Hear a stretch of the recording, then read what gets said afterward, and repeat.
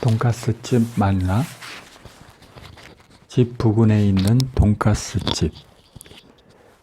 차로 5분, 걸어서는 20분 정도 거리에 2002년 일산으로 이사 오기 전부터 있었던 돈가스 집이 있습니다.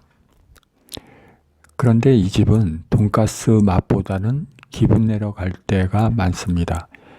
기쁜 일이 있거나 축하할 일이 있으면 기분을 한껏 더 내도록 해줍니다. 처음에는 메뉴가 많지 않았습니다. 처음에 갔을 때 느낌은 맛있는 돈가스를 저렴하게 최고의 분위기 속에서 손님들에게 대접하겠다는 컨셉인 것 같았습니다. 따라서 돈가스 종류가 몇 가지 있고 가족 단위 세트 메뉴 위주로 메뉴판을 구성되어 있었지만 지금은 메뉴를 많이 추가했습니다. 즉, 돈가스 가지고는 고객을 계속적으로 오게 하기에는 점점 힘들어졌다는 방증이겠지요. 그래서 그런지 저는 예전만큼의 만족감을 느낄 수 없는 것도 같습니다.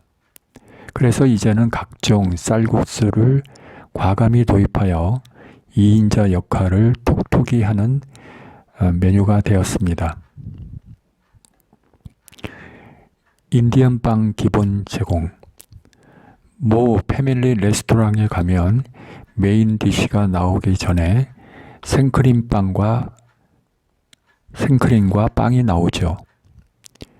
이 돈가스 집에서는 인디언 빵이라고 하더라고요. 배가 고플 때는 허기를 달래주는 아주 요긴한 무료 메뉴입니다. 그런데 식사가 늙지 않게 나오기 때문에 어떨 때는 남기기도 합니다. 동화 속에 있는 것 같아요. 최근에 갔기 때문에 크리스마스 트리가 약간 더 있을 뿐 1년 내내 분위기는 비슷합니다. 물론 돈가스집 바깥은 계절에 따라 예쁘게 피는 꽃이 달라지긴 합니다. 오래간만에 가면 내부 장식이나 그림들이 조금씩 바뀌거나 추가해 놓기도 합니다. 최근에 갔을 때는 신기한 다육이를 많이 갖다 놓아서 온실 같은 따뜻한 느낌이 더욱 들었습니다. 그리고 더욱 동화 같은 느낌을 돋우는 그림과 장식이 늘어났습니다. 바뀐 인테리어 소품들. 최근에 갔을 때 분위기를 확 바꿔 놓은 것은 두 가지입니다. 한 가지는 큼직큼직한 다육이이고 두 번째는 분위기 있는 작은 그림과 소품들입니다.